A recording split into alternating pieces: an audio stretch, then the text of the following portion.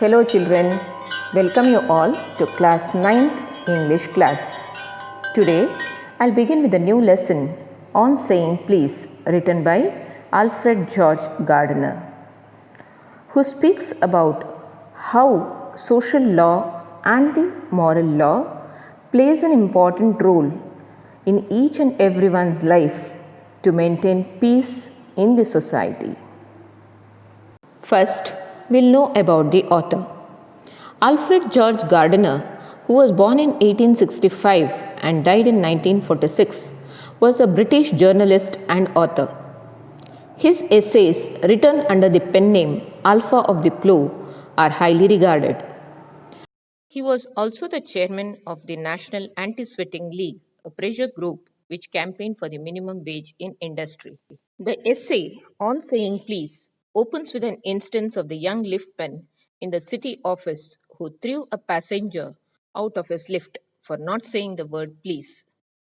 The latter wanted to go to the top floor of the building, and he would not say top please.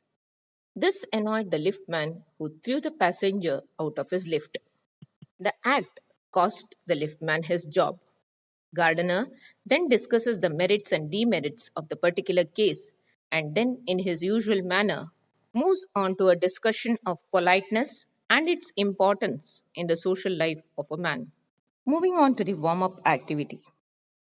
Here is a list of actions in column A and the reactions in column B. Shall we match it? First one, people standing in a queue. So, what we are supposed to do, children? You take your place and wait for your turn. Second one, you dash someone.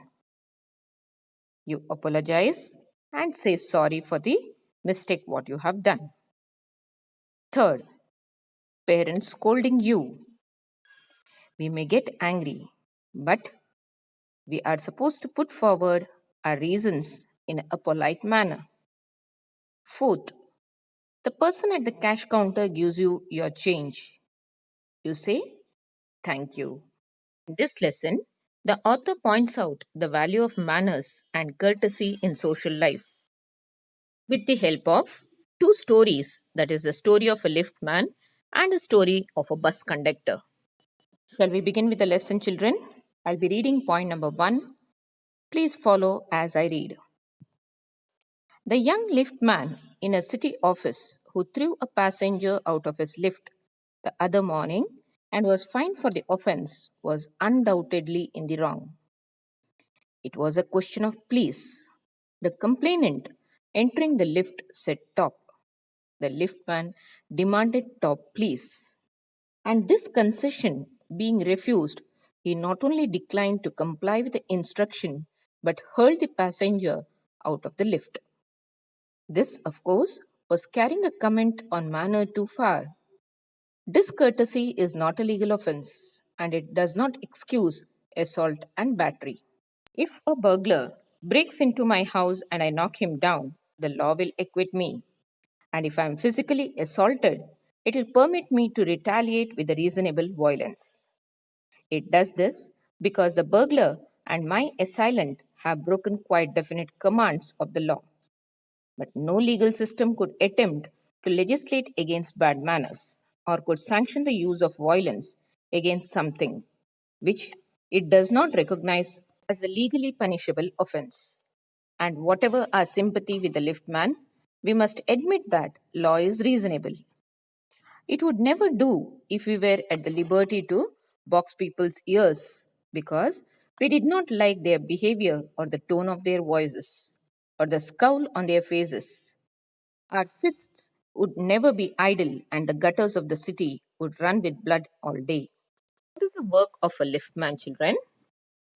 Yes, his duty is to carry passengers to their respective floors as per instructions. One day, a person entered into a lift of this liftman and told him to take him upstairs, to which the liftman demanded please from the person, but he denied. The liftman was adamant on this, and both of them had a heated argument on this. The liftman became very angry and pushed him out of the lift. The liftman was punished for this act and he had physically hurt the person.